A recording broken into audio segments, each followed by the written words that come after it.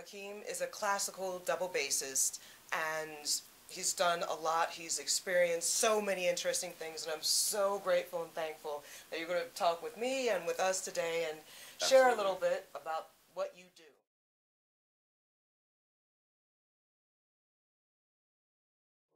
But hearing heavy metal, that really got me interested, because there were plenty of heavy metal bands as a kid growing up that were very intricate, you know, with rhythmic structures and polyrhythmic structures and harmony and all these things. And was it therefore a hard rock piece that really got you into music? Yeah, like, I have to play. It was Metallica's album in 1988, and Justice for All. When I heard that album, it blew my mind away. And I thought, like, I can't get this out of my head. I wanted to hear it as much as I could. And, you know, I mean, there were other things too. There were like Guns N' Roses, but Guns N' Roses wasn't as intricate. It was good, but not like Metallica good. When that album came out, I said, this is it. I want a guitar for my 12th birthday, and, you know, I had to have it, and I had to learn how to play this music. But I can say that I've always had drive and determination in anything I wanted, you know. But at this time, I didn't have drive and determination for playing the bass, certainly not. No, it was guitar. It was all fully guitar, and I was still playing in bands, and still playing with my friends, and still writing music, not by, you know, sheets, pencil, whatever, but, you know, putting it in ear, and playing everything from ear.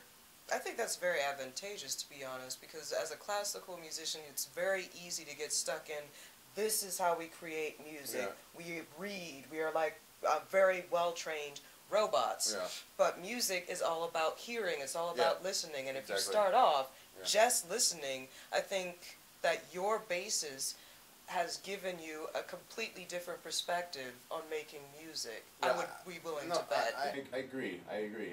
You know, and there's some people, of course, who learned from, you know, an early age playing a musical instrument classically, starting with a teacher. I didn't start with a teacher. You know, someone can tell me something, but it really, the words I understand, but it doesn't come out in my actions, because I haven't, it's some reason it's not digestible for me, and I have to figure it out so that it's my own, and it came from me, and then I'm able to produce it at will for myself. So I was always able to play by ear, though. That was never a problem to play by ear. Never. It's never been a problem.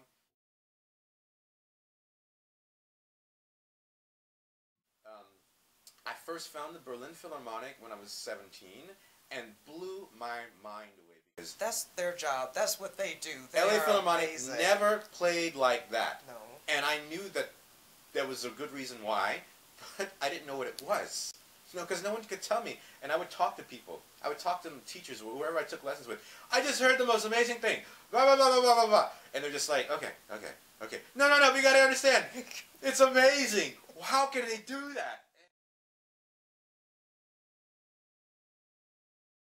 Just like, whatever, just put it in front of me, okay.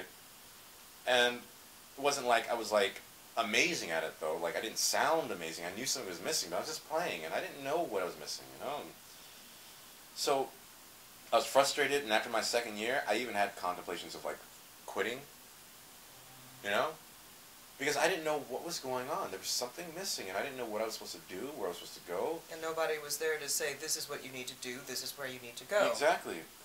I felt lost, and then I started getting attracted to doing other things, you know, and I was getting involved in like, not saying like anything bad or self-destructive, but I was more involved in like doing things like being focused on like cars and hanging out with my friends and, you know, whatever.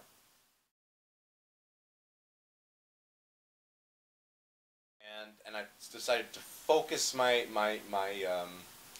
intentions on just like me doing the education on my terms, not on their terms. That was the changing moment. Okay. That's when I decided I do what I want. That is really not the perspective of students. Well, you know, you have to toe the line, you have to fill the status quo, you have to follow the rules, stay within the lines, and to really take that initiative and realize the truth. It is your life. No one else can live it for you. That's a huge step. Someone else makes rules or laws doesn't mean you necessarily have to follow them. It's kind of like, it really was kind of like, I can really do whatever the hell I want. I'm not a criminal element of society. I'm not self-destructive. I'm not an alcoholic or a drug abuser or anything like that. But really, for what I know about myself, I can do whatever I want. I can create my own reality. Don't compromise. Don't compromise yourself.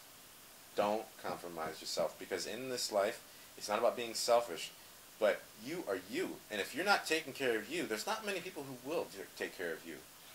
So you have to take care of yourself, because you can't do anything for yourself or anyone else if you don't take care of yourself. So you have to do what's best for you so you can do more for yourself, which means you can do more for others. I agree.